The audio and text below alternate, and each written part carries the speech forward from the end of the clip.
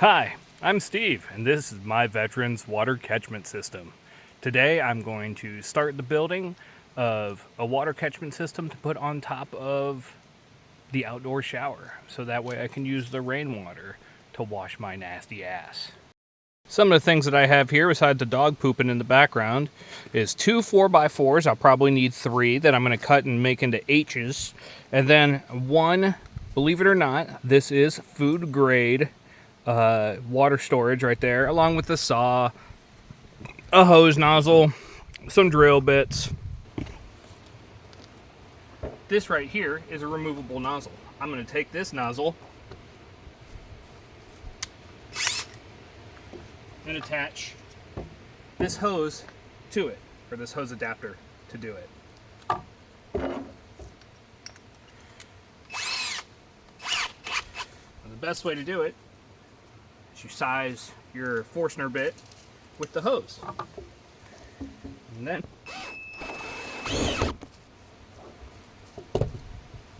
now we can attach it. Well, it turns out that's recessed, so if I put that in there, I won't be able to turn the handle. So I'm going to mount it right there for right now. Same process. So I got my one valve here, and then how's that for adapting and overcoming? Old shower head, put it in there, made it into an airlock. Should be good to go. When in doubt, flex seal. So I cut this down. I got 4 equal pieces, each 4 foot tall. And because I'm going to be making an H setup for them, I want the barrel to be encompassed by about 1 foot of height. So that means they'll be standing 3 feet off of the ground. I'll show you how I'm going to inlay those boards. I know it's kind of hard to see, but by scoring a mark right there on either side, I have a visual line to where I'm going to be able to cut these halfway down and then knock out chunks to hold the next board. So what we're going to do, I have a sacrificial 4x4 here. That's just a shy too long or too small to be used in the project. So I'm going to use it to set the depth of my blade. So right now I'm sitting at 2.5, and I need to set it at 2. So I adjust that by using the depth gauge on the side here.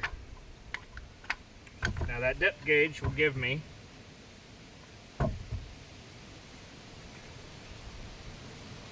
a heart attack before I break it. Just be glad that you guys were off for that, because it involved a lot of vulgarities. So we're gonna score a line all the way across all 4 pieces.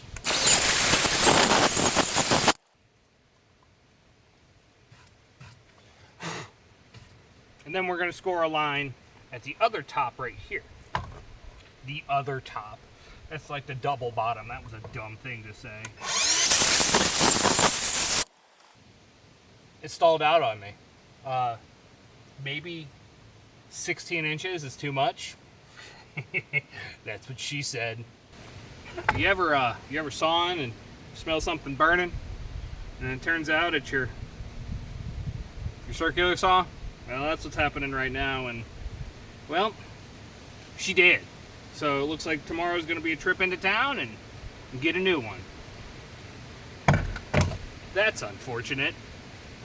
Well, hey, just because the saw is down for a count doesn't mean that we can't continue to knock these out, right? So I got a chisel, and what we do is we pop the chisel in here, and they'll break free. And they seem to be broke free pretty easy. And then we just pop them off like so. What the intent is we will make a socket for the next piece of 4x4. And honestly, going by this, we may not even need the saw anymore. That's what the saw gets for talking crap to me. Well, I'll let you guys know when this is done. So I got these cut out. Turns out I didn't even need the rest of the that saw that had burned out.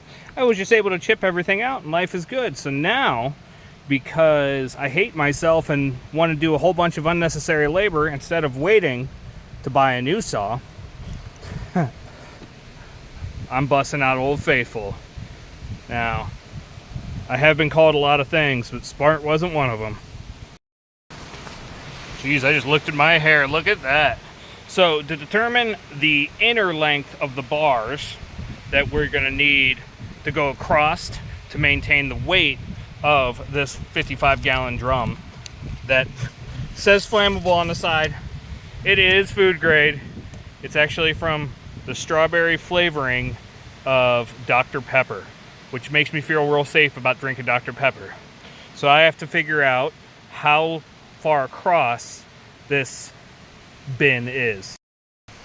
So the barrel looks like it is just over, scotch over 23 inches, which means I have to add 4 inches on either side. 23 plus 4. 23 plus 4. Geez, you think I'd be smarter than that. No, I'd say that's pretty close to 27. 31 inches is what we need to cut off. All right, sounds good. Let's see if we can saw while recording. We can't. All right, we got that first one cut off there, all with a handsaw. And now we're just measuring the next one. Make sure that they're equal. All right, so we know I'm all about safety. I got a cut down right here that I have marked. I have a cut right here that I have marked. So in theory, if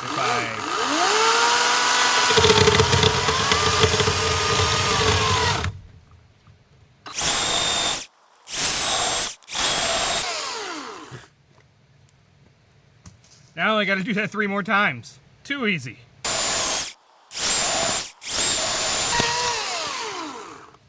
Jeez, like I know what I'm doing. All right, we got our 2 side pieces and our 4 posts. We'll put those together and then figure out how to take them over to the watershed and get everything attached. All right. All right, we got all those pieces cut. Now you see what I'm doing right here is I'm gonna intersect those pieces right like this, tap them in, and then I'm gonna use nails, because nails shear less likely than screws. They bend more than screws do. So if I need to put any additional weight on it, I'd rather have the fasteners bend than snap. All right.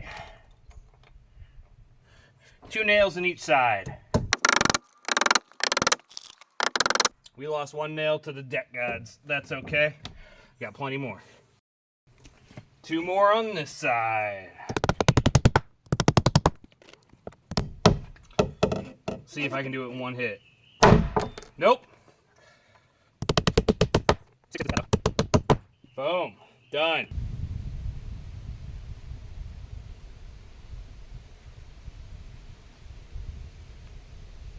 One of the drawbacks of when it rains so much is my garden tractor sinks in the mud.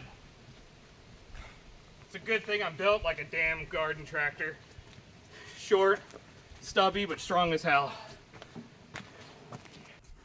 All right, now we got to cut these cross members to length. This is safe.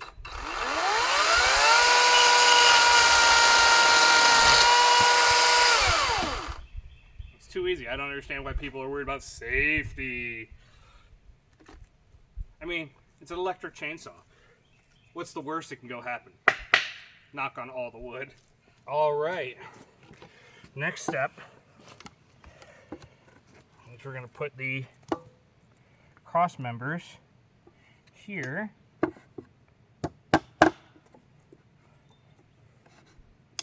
Now these will not be supporting weight.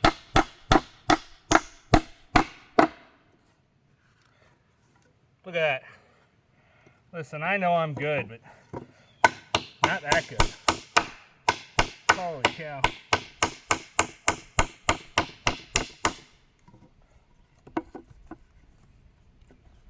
So these cross members will not be supporting weight. They are here solely to prevent the two ends from falling apart. So,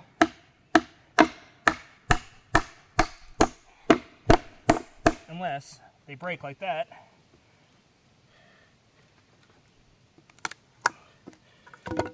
then we have to find another option. Hey, that's all right, adapt and overcome, right? All right, we got the first one hooked up there. The way we were able to do that is, I believe it's called redneck engineering, which involves nails to fix nails, along with other nails. Son of a gun. That's all right. Once again, no one ever said I was smart, but tenacious as hell.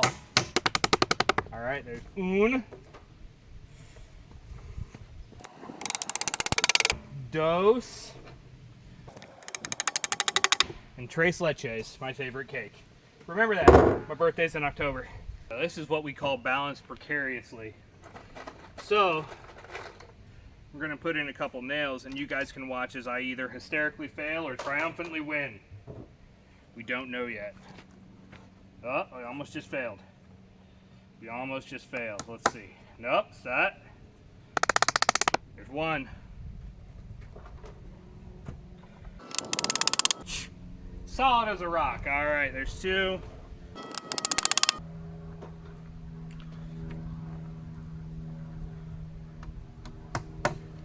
You guys think my hammering's good now?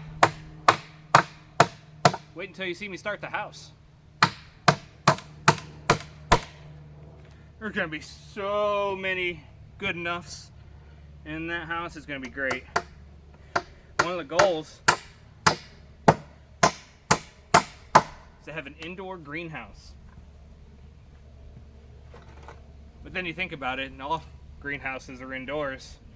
So an outdoor greenhouse is just a garden. It's gonna have both. At least that's the goal. All right. That looks steady enough to hold a bottle.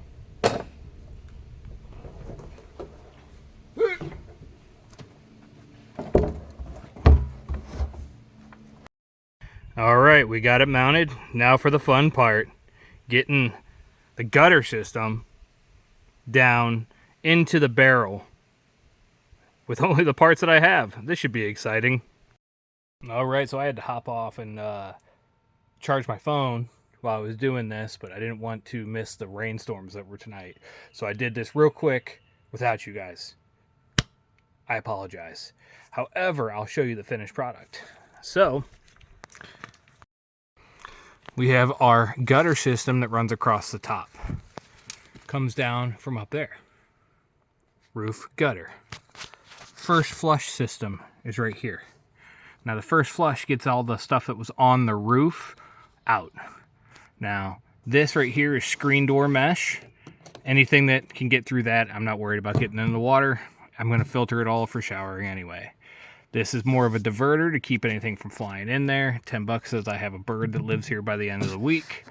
And the water will go in, hit this big 3-inch PVC tube, which is attached in the back, and then flow in to the top of the tube here. And this is all that waterproof Gorilla Tape. So it should be good to go. I'm excited to see